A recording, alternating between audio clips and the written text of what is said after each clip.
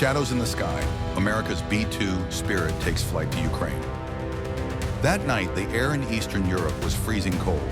The sky was starless, just a dark expanse that seemed to envelop the world.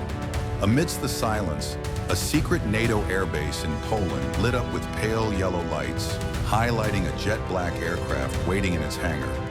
Its shape wasn't that of a typical fighter jet. There was no tail, just widespread wings, a silhouette resembling a giant black arrow. It was the B-2 Spirit, the pride of the United States Air Force, a strategic stealth bomber capable of infiltrating deep into enemy territory undetected by radar. In the briefing room, Colonel James Hawkeye Miller stood tall in front of a large digital map. Next to him, Lieutenant Sarah Blake, his co-pilot and weapons specialist, held a tablet loaded with intelligence data. Tonight's target is a key Russian logistics facility in the Donbass, Hawkeye said, his voice calm but powerful.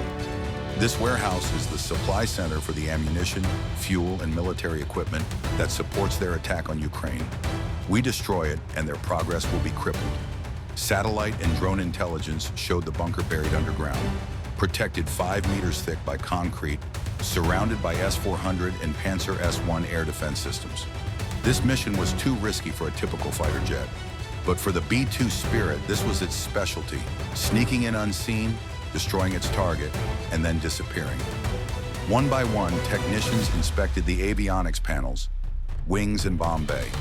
2 GBU-57A/B massive ordnance penetrators, the world's largest bunker-piercing bombs, were ready in the aircraft's belly. Each weighing nearly 14 tons, they were designed to penetrate the deepest concrete before detonating. Hawkeye and Sarah climbed the ladder to the cockpit, donned their helmets, and secured their harnesses. Below them, the ground crew gave the final signal. The plane's twin engines began to rev up, producing a low, barely audible hum. At 11:45 p.m., the B-2 Spirit began taxiing down the runway. Within seconds, the wheels left the ground, and the black behemoth disappeared into the night sky. The B-2 Spirit flew at optimal altitude, utilizing its unique shape to deflect radar waves. They flew over the dark forests of Poland, then penetrated Ukrainian airspace. Below, city lights twinkled dimly like stars trapped on Earth. Sarah monitored the digital map. Red dots flashed, signaling the location of enemy bunkers. Intelligence data streamed in real time from satellites and NATO AWACS aircraft on the border. They had to pass through 2 enemy radar zones undetected. At the Russian Air Defense Center, the radar screens remained blank.